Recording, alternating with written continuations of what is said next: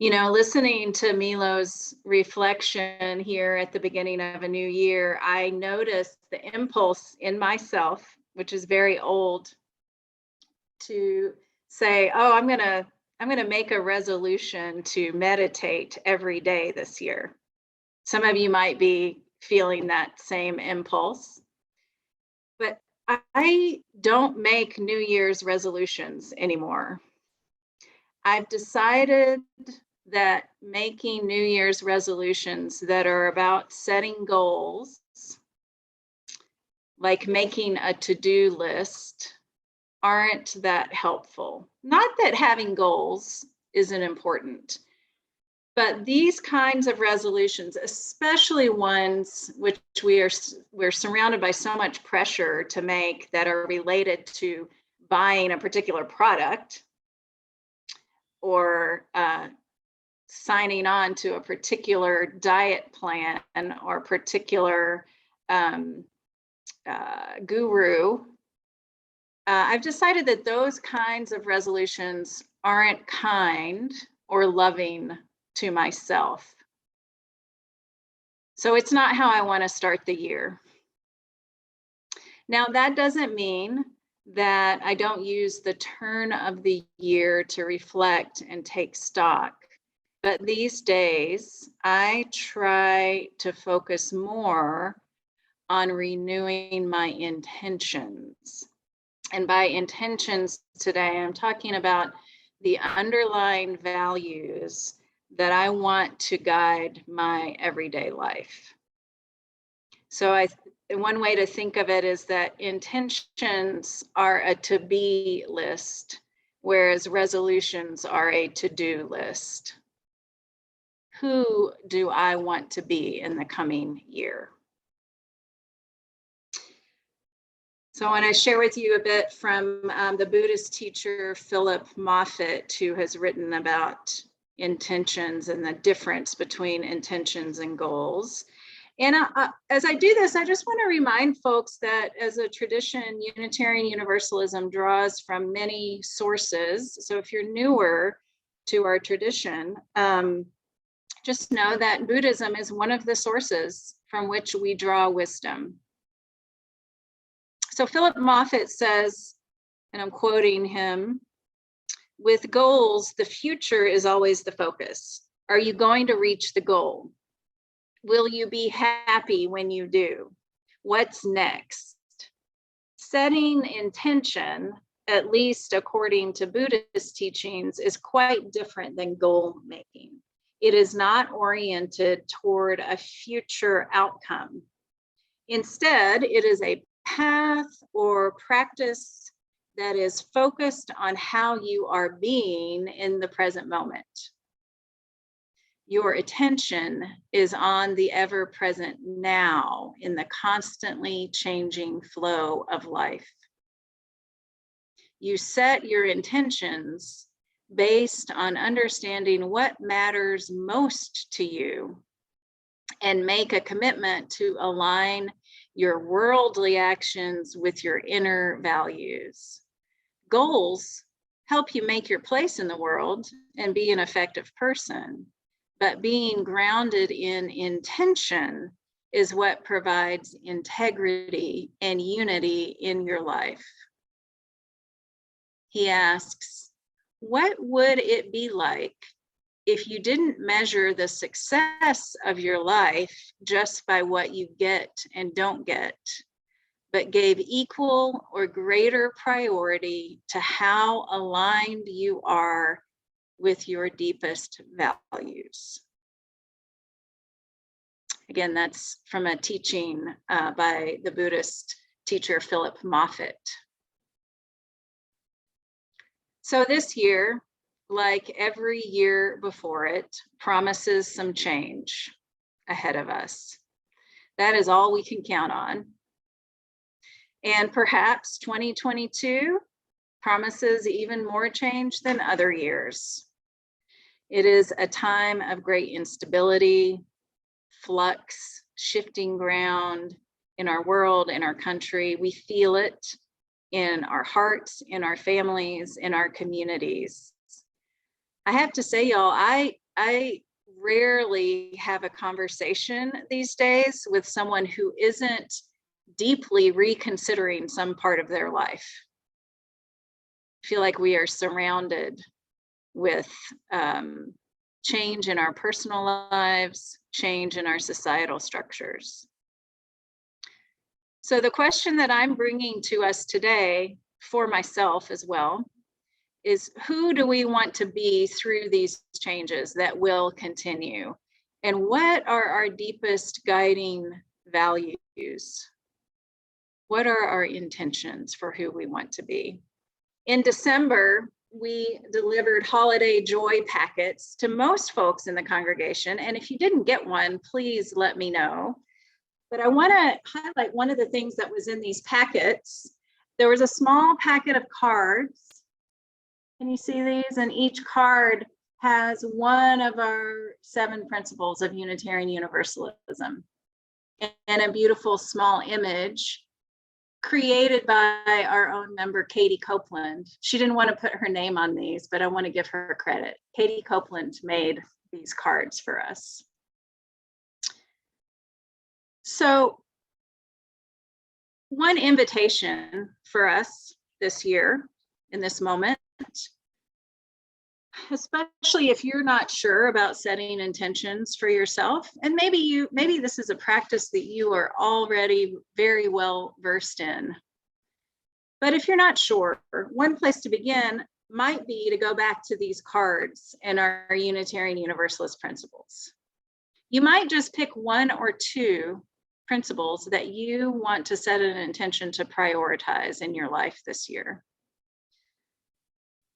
Or you might choose a principle and set some more specific intentions related to it. So to give you an example, our first principle, the inherent worth and dignity of every person. So you might just keep it simple and leave that as your intention. This year, I will keep in mind the inherent worth and dignity of every person. Or you might say a bit more, my intention is to love myself as I am and to be kind to others. Or it might be my intention is to see the sacredness in myself and in those I encounter in my day-to-day life. Or it might be my intention is that in my work, in my family life, and in my community, I will specifically uplift the worth and dignity of people who are marginalized. So I invite you, if you wish, throughout the rest of my brief reflection, to name any of your intentions for the year in the chat. Now, the other thing I want us to think about, and that Milo's reflection highlighted as a truth about any spiritual path, and that is the truth that the core of a spiritual path, no matter what it is practice. So the second part of setting intentions is building in attention. How will you give your intentions some attention on a regular basis? You might have your own personal practice, whether it's meditation or prayer or journaling or walking or participating in one of our circles of trust or a 12-step meeting or some other practice that nourishes you, that allows you to, on a regular basis, refocus on your intentions. For some of us, that practice might simply be stepping outside to breathe for 5 minutes in the morning before the kids get up, or stepping outside for 5 minutes to breathe on your lunch break from work. Or it might be a Post-it note on your bathroom mirror that you see every morning that reminds you what your intention for this year is, or for this time. I find that the seasonal changes in the cycle of the year are also a really good time to review and renew intentions. Whatever it is, Believe me, I know because I live it. I know that attention to our deepest values ebbs and flows. That's why it's called a practice. I don't know a single person who is just doggedly consistent about whatever their spiritual practice is.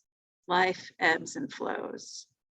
But you always have the opportunity to simply come back and try again. Come back to what is happening for you right here, right now. Come back and breathe and let the swirling thoughts settle out so that your intentions can once again rise to the surface. Philip Moffitt again says that right intention is like muscle. You develop it over time by exercising it. When you lose it, you just start over again. There's no need to judge yourself or quit when you fail to live by your intentions.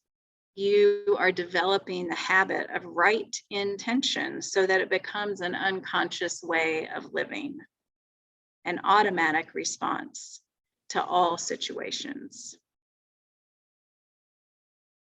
So for those of us who claim Unitarian Universalism as our spiritual home, what we're doing right now, may be our most important practice. Our weekly worship gatherings are just for this purpose, a time to put our attentions back on our intentions. We need the support and encouragement of one another.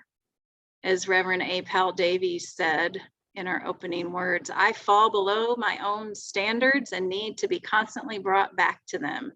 My church of the free spirit brings me back to what and who I want to be.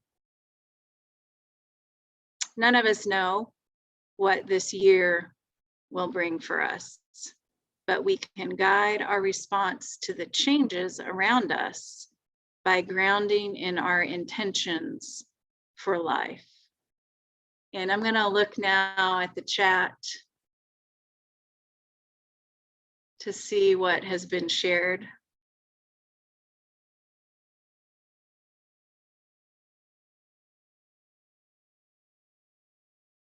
An intention of practicing yoga and meditation, and the example of setting an intention just for today, each day.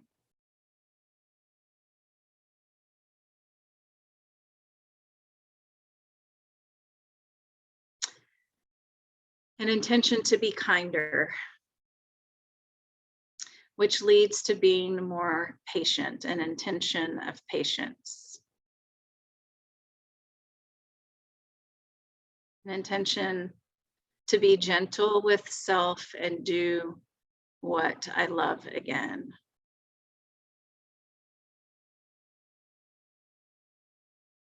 An intention again to be kinder to myself and those around me. An intention to practice friendliness towards myself, which means not talking to myself in ways I would never talk to a friend. An intention to simply spend some time clarifying what are my deepest values, and then move to the next step of alignment. An intention of courage and being courageous. I know there are many more among us. We can support one another in living out those intentions, calling each other back to practice, feeling the love, once again, that we owe ourselves and each other. May it be so. Happy New Year.